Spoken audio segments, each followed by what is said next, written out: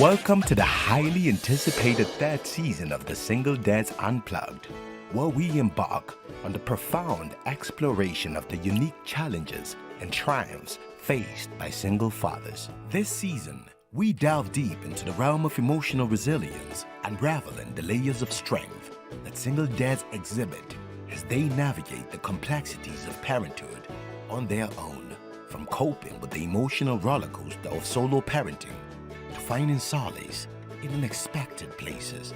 Our episodes aim to inspire and empower single fathers on their journey.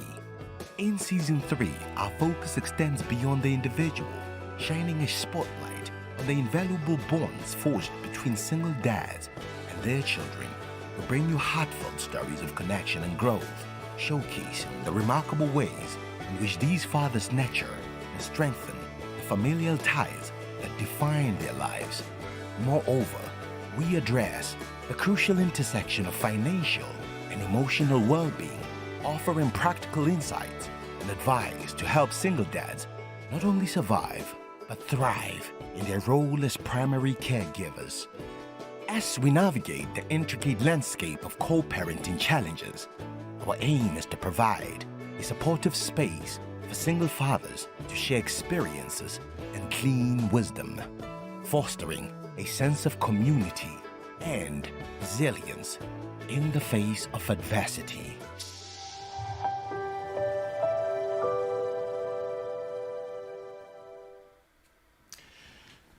Welcome to Single Dads Unplugged, Season 3.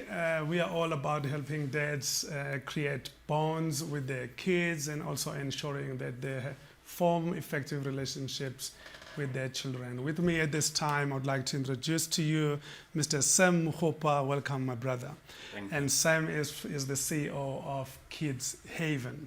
Tell us a little bit about what you do at Kids Haven and how long you've been there, the type of work that you're doing in communities, and what the Kids Haven is all about. Kids Haven is a child and youth care, protection center, mainly for the care and protection of children. And I've been there for 23 years, being a dad to 190 children all the time. And the institution is actually 31 years. In existence. And basically what we do, we are a residential care institution where we look, after those children, boys and girls from the age of 3 years and 21 and above. And, it's January to December, Monday to Sunday. Year in, year out. Yeah, year in, year out. Where do the kids come Yes. from? Where do they get sent from? The children are actually coming from, different areas, mostly, around Ekurhuleni where we're based. Yeah. But, others are coming from, the entire Gauteng, but also, around the country as a whole, and also, SADC countries, Zimbabwe, Lesotho, Swaziland, Also neighboring DRC. countries. Yes, Oh, yeah, also neighboring countries, yes. Yeah. In that, yes. And then when they are there, you are actually responsible for their holistic well-being. Wow. And Schooling, nurturing, and all of that, are you responsible for that as well? we responsible for, all that, because when they are there, they need to be in school.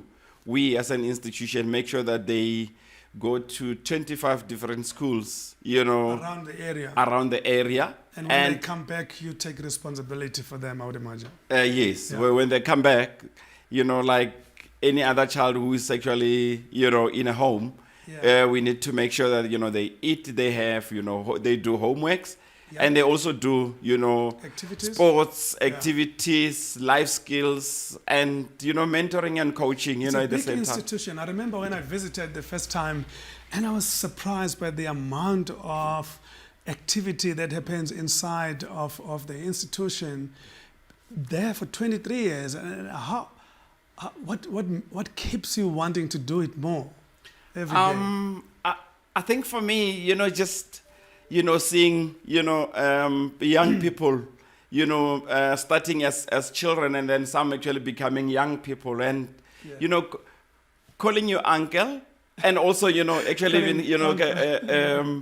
coming back, even years later to actually tell you, the things that you have done for them, and then the things that you have told them, and they can even tell you where you were standing, which day, what were you wearing, and all those kind of things. Yes, and exactly. So that's why you know every way that you actually are, you're a role model, for them, in that particular instance. And then that's what actually keeps us going, and the love and passion. Yeah, the love and passion. But I would imagine to see them develop. I mean, if you're talking from an age of 3, and above, just to see them develop to like full human beings, that must be gratifying. Very much gratifying, because some of them do not have literally parents. Some do not actually have, dads. They haven't met any parent figure at all, some of them. Exactly. We actually the responsible, parent figure.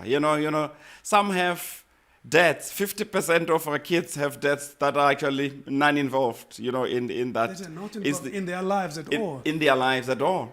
And then you also even, have kids that you find on the street. They said, I went there, on the streets because I was looking for my dad. I traveled from KZN, I traveled from the Eastern Cape. Really? Yes. Coming to Gauteng, hoping that when I drop off, I will just ask people say, where is, Sam, and, all those kind of things. So sometimes they will tell them that maybe your dad moved to Johannesburg. So they'll find a means to travel here and with the hope that they're going to ask and find dad. Is that what you're saying? Exactly. So and they end up not finding them. Yes, they actually end up not finding them.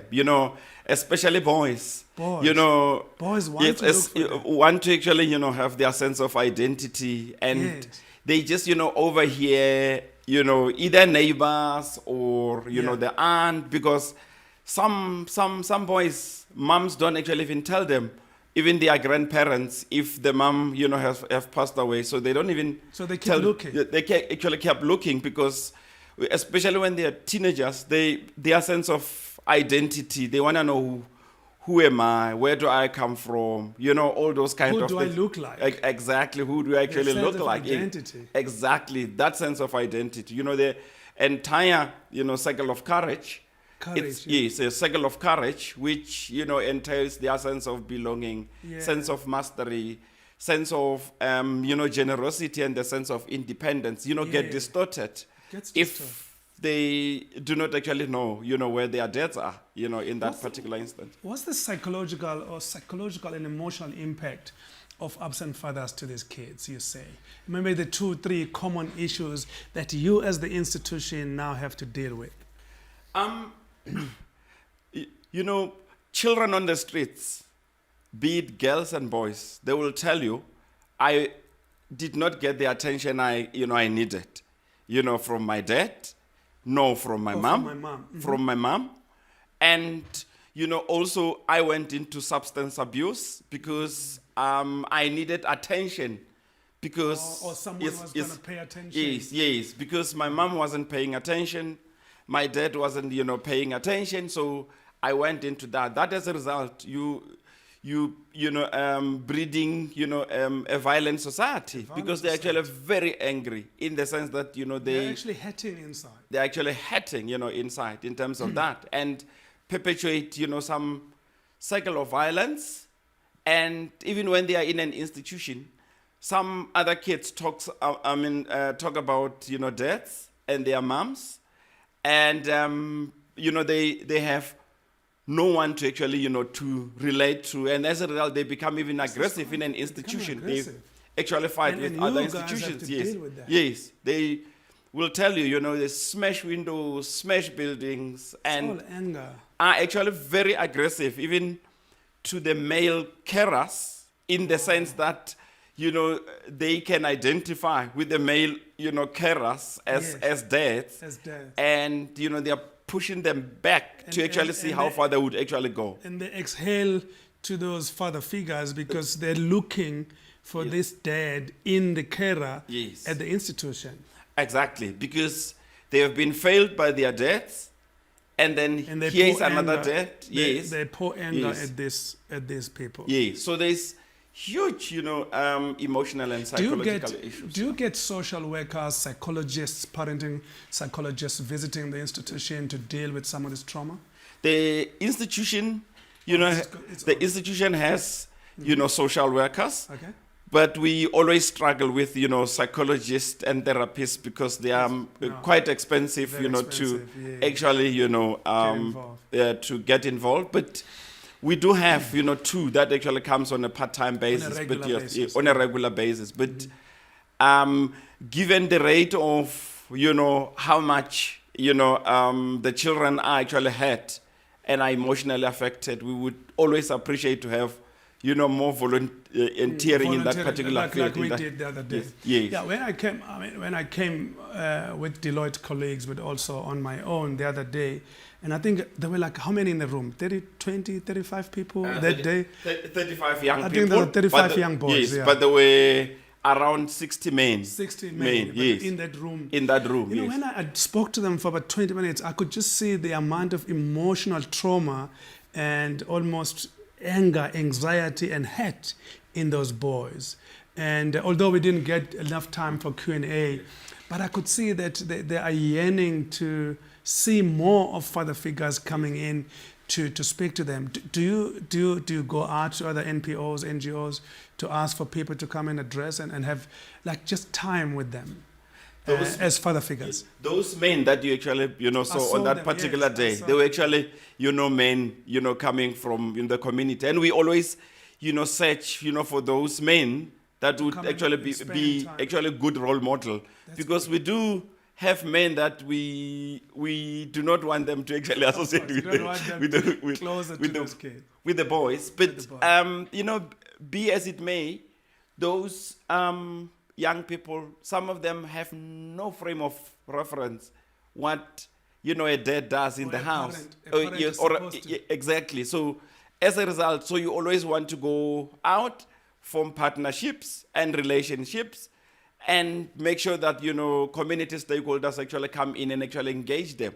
Because most of the time, they do what you do, how you look like, and, emulate and repeat what you're doing. Yeah. Exactly. So that's why you need Sam, what other outreach programs is Kids Haven doing in communities to create awareness with fathers in communities around fatherhood, parenting? Do you've got programs where you go out and raise awareness, guys? Don't throw away your kids. Look for your kids. Those kinds of things. And how are you doing that? Yes, we do. Mm-hmm. Through other stakeholders in the communities, and we also even have yearly events and quarterly events. One program that actually stand out is actually walk with my father. Walk with my father. I yes, like that. Okay. Yes, to say. The men in the room, apologize on behalf of the other, absent men who are not actually there. I remember we were reading the pledge before I left. Something similar to that? Yes, actually, it's similar to that. A father pledge. Yes, a father pledge.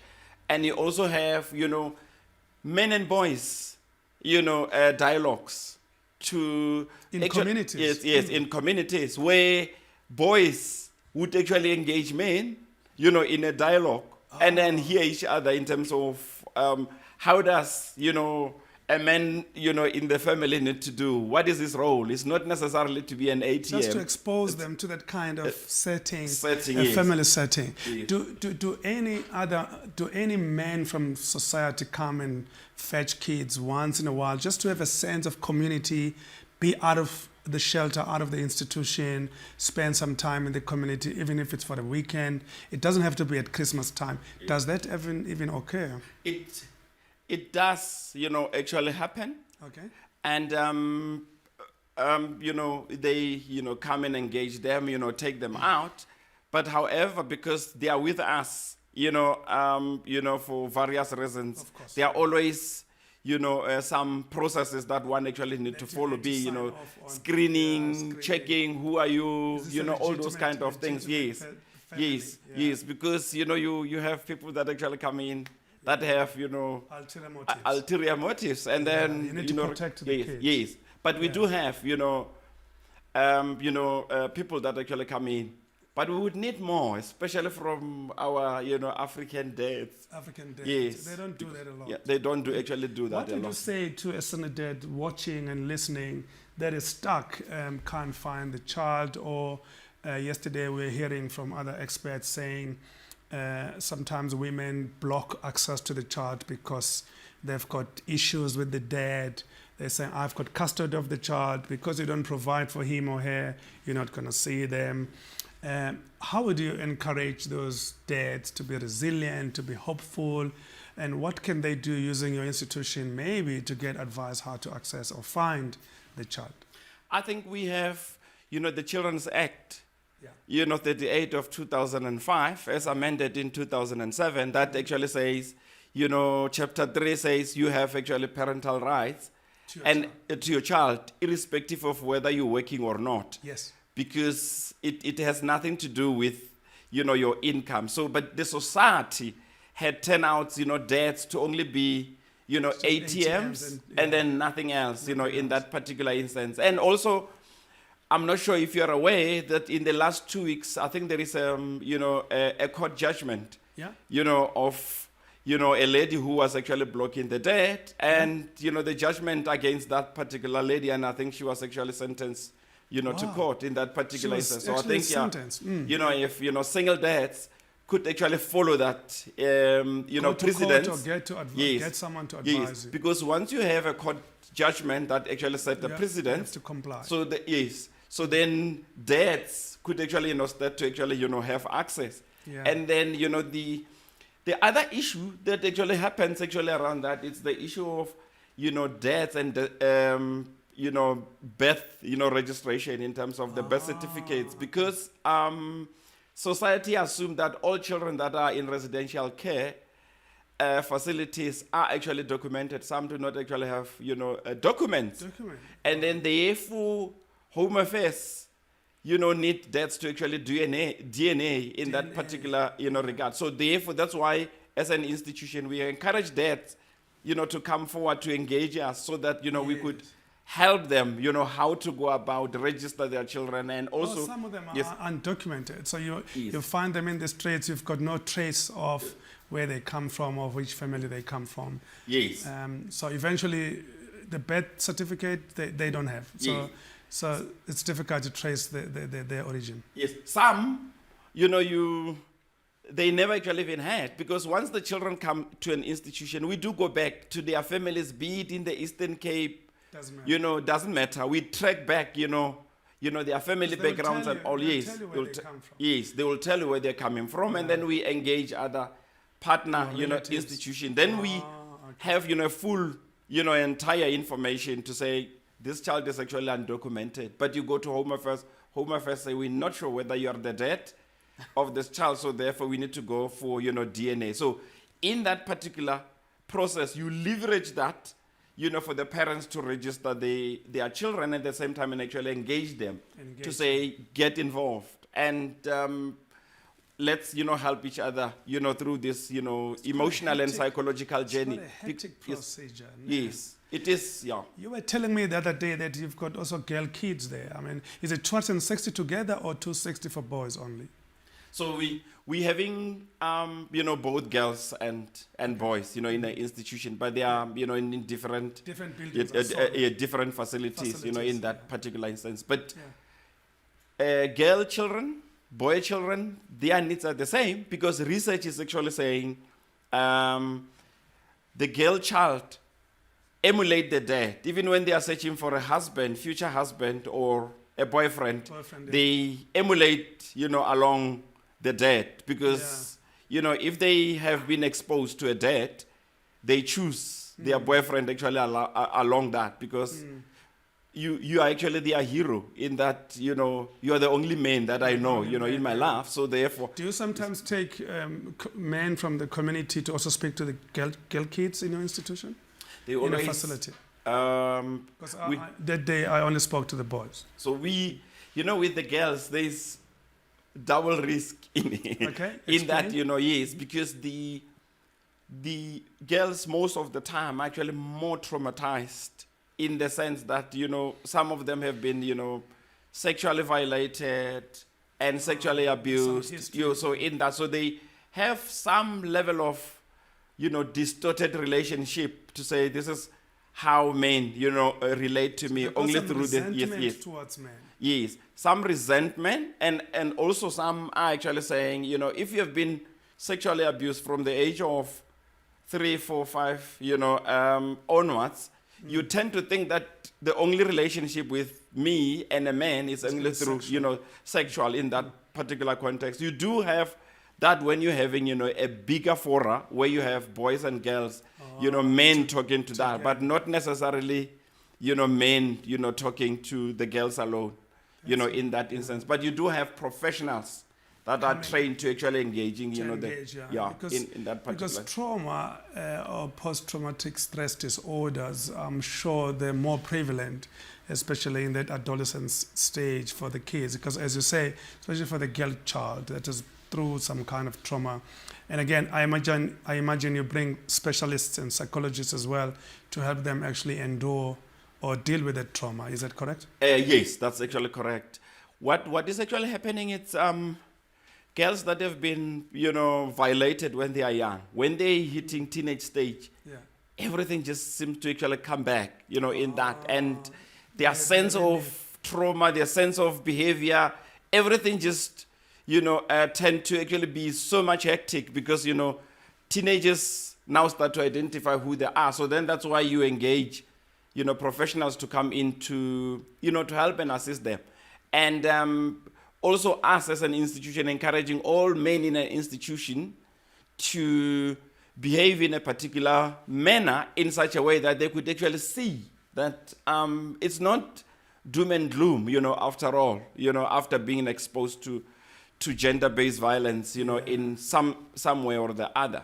Yeah. Considering the broader social impact, how could Kids Haven consider contributing to the cultural shift of the dads out there in communities just by shifting the mindset around the role, the importance, and the criticality of the role of being a father? And of course, using our network as well, we're happy to work with you because I believe there's just work to be done in that space. Understanding that you can't outsource your role as a father, even if they are raised by a mother or by some kind of facility, they will still need that role of a father.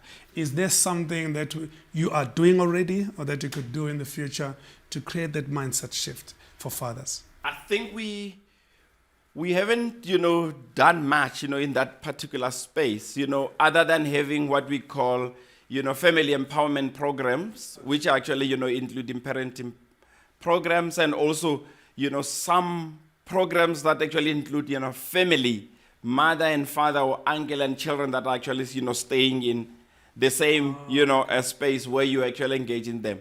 But there's a lot that need to be done because the society tend to believe that, nurturing only come, from ladies. From ladies or females. And then, or females, yes. But our argument is we have children in an institution that have no moms, that have no moms. The only person that is actually remaining is actually the dad, and of which you cannot throw that kind of an advantage, actually away. And you have to, yes. And you mentioned a very good point because as you can see, our motto is building bonds, breaking stereotypes. But how do we break that stereotype that says, I don't know where it comes from, maybe it's just a societal conditioning, that only female parents have got the inherent ability to raise or nurture a child. Where do you start? Actually, a man, the gentleman that spoke just before you now, is raising 3 kids on his own, and is doing just okay, and is doing a phenomenal job actually. But how do you break that stereotype? I think what we just need to continue to actually do that is to actually, engage. I think for me, the more you're actually having, dialogues, in different social settings. And I think, the greatest area to go into is to, men in pubs, as they socialize and talk about Kaizer Chiefs and Orlando Pirates. That's where we need to actually, you know, and Target get those into conversations. target those, you know, conversations and actually start to actually include that. And also, the grandmoms in particular, Grandmoms. they sometimes very possessive of you know, their grandchildren, grandkids. you know, even, you know, blocking, you know, dads Why in is that, that, you know, particular space, especially if their daughters have passed away.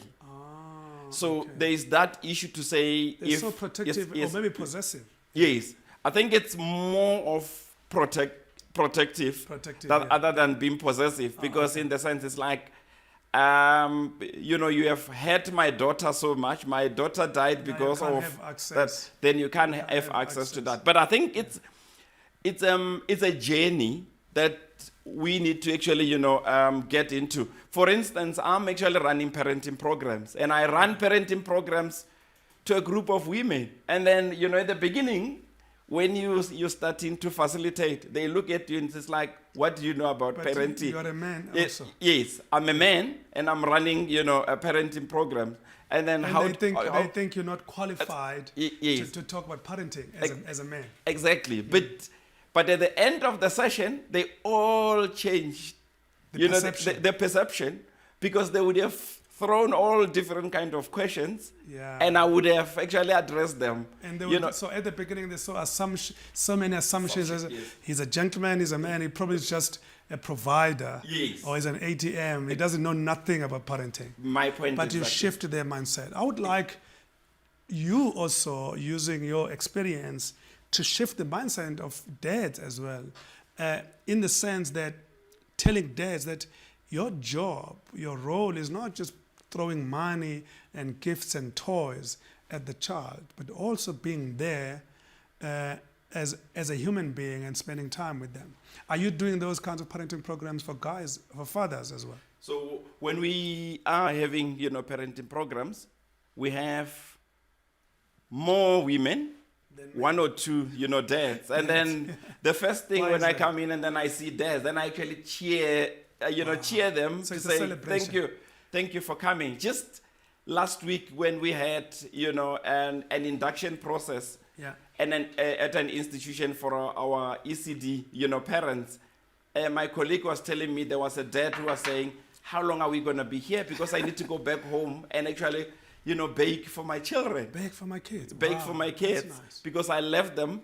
I just need to check, you know, on How long? yeah, we're how gonna be long we're here. going to be, because I'm So going he's to bake for my actually kids. raising kids on his own. So I didn't, you know, get into the detail of Oh, okay. whether a the good mother example. is there or what. But it okay. was that kind of an example to actually say, Wow. I think as an institution, we That's need to impressive. move in that direction. It is actually my passion and my wish to get, you know, men, you know, in, you know, different platforms and different, you know, spaces, be it, you know, on and be Teams, comfortable to Zoom, go to virtual, school you know, yes. school meetings, and attend school events, sports events. Another guest to our show was saying yesterday that actually the perception and the tide is starting to turn.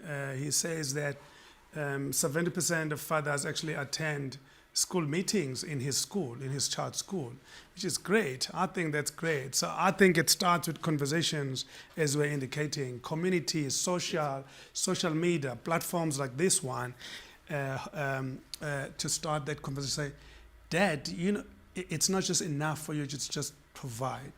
Yes. You have to be in a child's life and spend time with them. And I think that's a very, very good start. Yes, I think that's actually, you know, a very, very, you know, good start. And because you guys yes. are doing a great job. Yes.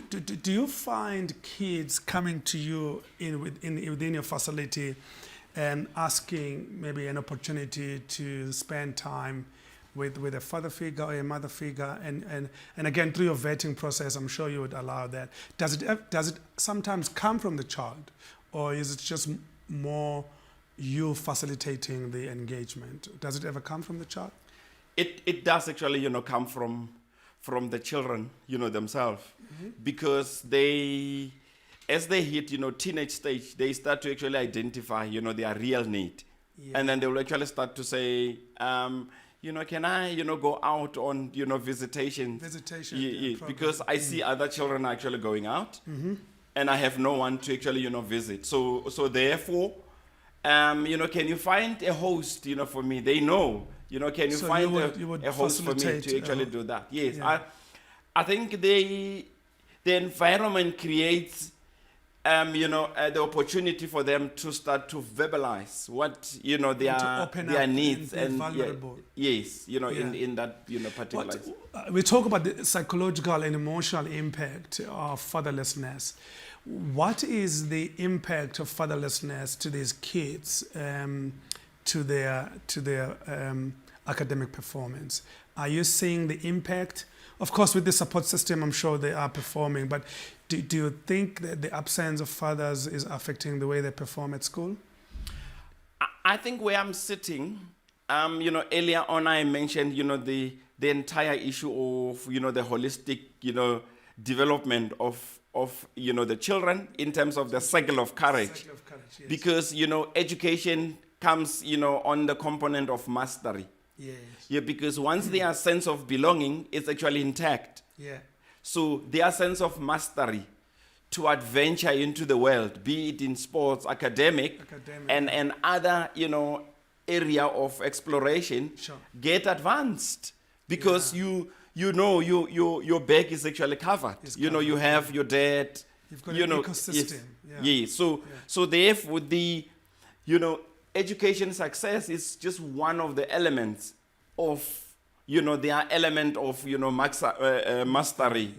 Yeah. To master life. Do you get the teachers from schools maybe coming to talk to Kids Haven or yourself around what they're observing with the kids behaviorally in terms of how they're managing their educational journeys? Like I said, yes, we're having kids in different schools. They actually we the only parents that we are forever in school. Be it school A, school 2, school B, because on all the time, as soon as the children, misbehave, they communicate with us. Even during, parents, meeting, they, actually call us. And then we always actually rush into that because it is of critical importance for us to play that particular role. And then once, an uncle or mom have gone to school and come back, we are having an internal, conversation and team discussions. And we also having an internal, team, communication. As well. So and so, this is what happened at school. So when we see them, we say the same thing. We have 94 staff members. So as we engage 94, them, okay. as we engage them in a bus, in the passage, in the reception, I say, oh, I'm aware that at school, this is what you did. Please stop doing it. So the child is hearing so much input. Aware that you do get feedback from the schools. Exactly, yes. Yeah, we're going to come to an end of our conversation, Sam. What challenge would you give standard dads within our network around working with you and the communities to destroy stereotypes, kill stigmas, and work with you in the outreach programs, parenting programs, to assist you build this awareness? There's so much we can do, but we have to start somewhere. What challenge would you give us, and what kind of assistance are you looking for? I think for me, the first challenge, to single dads in the network is to, challenge their time. Their time. Be present, be available for children, and also make sure that when you're engaging with your children, you really, really engage, and then you actually listen. It's not like them. A tick box. Yes. Said, no, I have yes. to. I have yes. You have to actually be present, be available, set time. And also pay attention and listen. Exactly. Because there's so much that can come from the children that we could do something with, but we have to pay attention first. Please carry on. I interrupted. Yes. So if you set time, come forward, you will actually listen and actually, engage them. So therefore, be available, come to our institution, and let's engage more. And let them volunteer their time. I think that's the first thing that you said. Just give your time, not just to the kids, but also to the facility. Yes. And come to run workshops with you. Tell your own story. I came there, I told my own story, and I'm believing, I hope it impacted those kids in a positive way. Because I also had an absent dad. Although we were in the same family, he had 10 kids. I'm number 10. You can imagine, how do you give attention to all 10 kids equally. And I always say I was raised by my siblings because there was no way he was going to pay full attention to number 10. I mean, what happens to everyone? So we were raised, I think the last three of us were raised by the other siblings. So I really like what you were saying because giving time is the big exchange of value you can think of. Yes, I think it's you cannot equate that to actually to resources. You know, resources, you are throwing, money at the problem and actually look away. And then you look away. Yes. Yeah. But when you are walking the journey with your young child, They'll remember. and then the child will actually remember that. And like I was saying, they are telling me what I told them 10, 15 years ago. The words that actually turn them around to say, I did not want to disappoint you. That moment and those yes. memories. I mean, look at this study that we were talking about. 90% of homeless children coming from fatherless homes. And this research was only done in 2017. You can imagine how the statistics looks now. So the kids that really walk into your facility, I can imagine most of them come from fatherless homes. So if we can re-engineer the mindset around fatherhood, perhaps we can change that stats. You believe in that? I actually believe in that. Like I said earlier, 50% of our kids in an institution have no debt involved. And then 33% of the boys, they have no debts. I think they, passed away. They passed away, okay. Yes. And then around, 28, 29% have no moms. No moms. No moms, in that. So therefore, we can actually turn things around We to can, say, and it's not doom and gloom. So let's actually start this movement, this social movement of saying... And it's never too late to do. I was an absent father myself to my kids for many years. I told you my story. Yes. But I just decided at one point in my life that I was going to be present in their lives, and it changed everything. And it can start with one person. And I always say that when the vibration is like dropping water in a bucket. Have you seen that vibration? It just does that. Just one stone can actually create a movement. That's actually my my motto to say We have yes. to start somewhere. We definitely have to actually start somewhere, and it's never too And late there's to no actually angel start. coming from somewhere, or Yes. even government Yes. cannot turn this thing around fatherhood. You believe in that? Government can do so much. Society, churches. I've got a spiritual father coming to this network to talk about the role of churches to changing the mindset about fatherhood and talking to our network. And the last thing I want to challenge, to throw a challenge at you as well and Kids Haven to keep looking for organizations like us, to partner with us, to create awareness in communities and also change the narrative around fatherhood and parenting. Would you promise to do that? Kids Haven is a learning institution, and we are always on the journey, and we always actually look for any new, partnerships and territories. And alliances. And alliances, because you never know where this would actually, lead us. We met, we had an engagement, here I am. Yes. Look at you and then, now. look at me now. And look at us now. Yes, and then it will actually, move, It's in gonna that. move. So And, therefore, yes. It's about creating a legacy. I mean, look at you, 23 years doing this work. And you can imagine, I can just imagine how many kids you've touched in your personal life. And that's a legacy. I remember when you presented at that workshop the other day, and I thought, how can we find dads or just fathers out there that can have the same amount of passion you have for kids? If we could just clone you and multiply you to even 3 or 4 people, that would be a lot. And I really appreciate the work you've been doing. Yeah, thank you. There are good dads out there who just do not know where to start. And then we are actually the start. Let them actually, reach out, to us and, engage us. Yes. Then we can start to have that.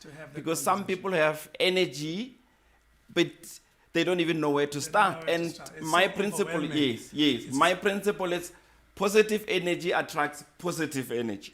Yes. And then Government will find us on the way. Churches will find us on the But way. we need to move. That's Yes, why I yes, started yeah. this network. I felt that telling my own story, sharing with someone, getting other single dads sharing their story is a good start.